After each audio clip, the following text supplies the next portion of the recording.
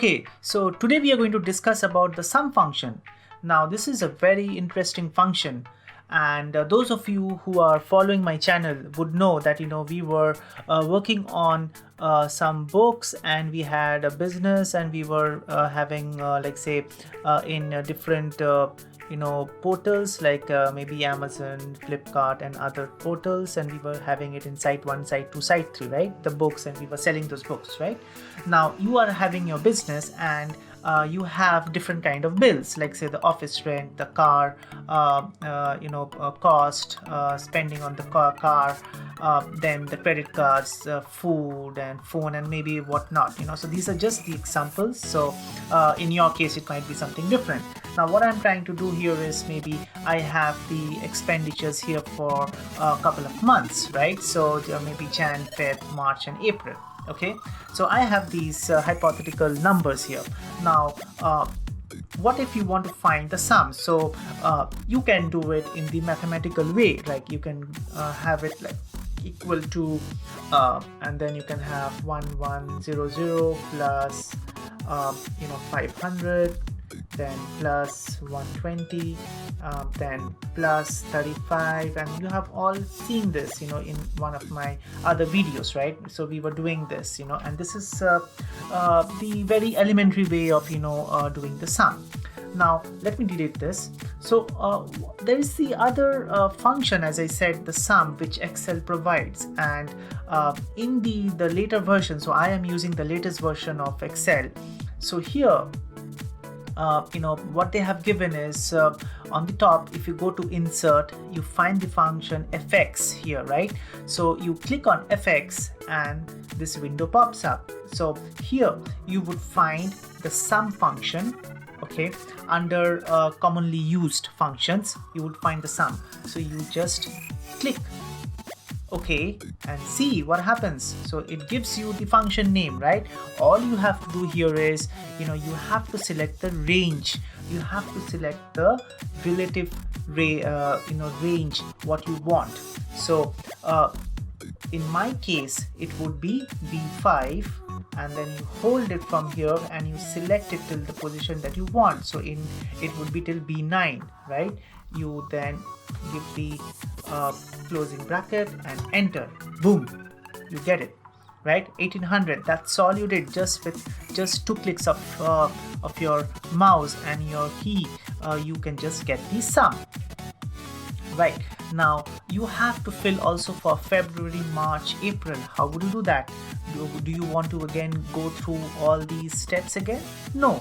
So Excel gives this option here, this dot that you have, right? So the only thing that you have to do here is just drag. That's all you get. But make sure that you see here you have the the defined and expected So now you have to fill also for the other months, right? So would you go ahead and do these steps again? No, that's not the smarter way of doing. Excel is smarter, right, than us, so it knows what to do. So it actually has some predefined knowledge, if I may use that term, and it knows like what you are trying to do. So it sees that you have 1, 2, 3, 4, 5, right? And each of these columns are having the 5 rows, and it knows that okay, I have to do the sum. So here you have this dot. So if you just drag it, you would get the sum. It looks like magic, right?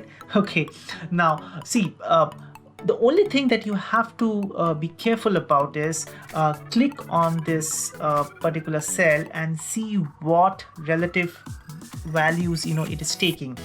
So here it takes from C5 to C9. So these are the relative cells. So when you double click this, you see that it takes from C5 to C9. You have to be very sure that it takes these values. Okay, so that's all. I mean, these are the only things that you need to do. So you can now I would say that you should actually find the total of the office rent for all these 4 months. So if you can do it, please go ahead and put it in the comment and give me the answers what you get. okay, and for those who are not able to do, I'll just do one for you. Okay, so here you just again give equal to, right?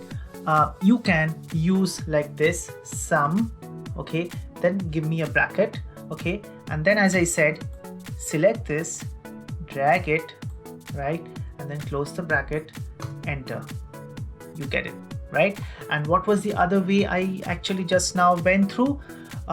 From the top menu, insert function fx, okay, you would find the function sum, okay, click on it, okay, and then you just select those rows, done, right? So now I would want you guys to fill up for the other ones. What's the total for car, credit cards, and food and phone? Okay, and I'm sure you guys can do it. Okay, so the another thing that we learned here in this particular lecture is that these are the relative cells. Okay, so this is B5, this is B6, so all these are having their own values. Okay, so you get the entire sum out of here. Now, so as I promised at the start of the video that I would be sharing a trick with you. You don't need to do all the steps that I said. There's another smarter way of doing it. Excel says, this is boring, right? I want to do it much more faster way, much more smarter way of doing it. Okay, so let's see what's the smarter way of doing it. Okay, so just remove these. Okay, then you would find under home, okay, under home, just bear with me, under home you find this function here, sigma auto sum, right? So you select the cell where the total you would want Excel to find. Okay, so in my case it would be B10. Okay, then click on auto sum. Okay, boom, it gives you, right? And it's a magic, right? B5 to B9. It knows what you are trying to retrieve. It's very, very intelligent, right? Excel is very, very intelligent. It knows what you want to do. Okay, and just click enter, done.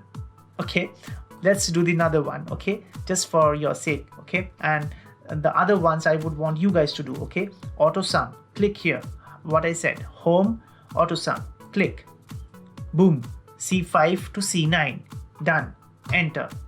That's it. Okay, please comment below with your answers for all the values for March and April, and also for the different values you get here for car, credit card, food and phone. Okay, using both the methods that I have shown here, and also with the trick that I have shown. Okay, and I would expect that you would please subscribe to my channel, give me a big thumbs up, okay, and also press the notification bell, okay, so that you are notified whenever I am creating another video for you. And please also don't hesitate to let me know in the comments what other topics you want me to cover under Excel. Okay, thank you and see you in my next video.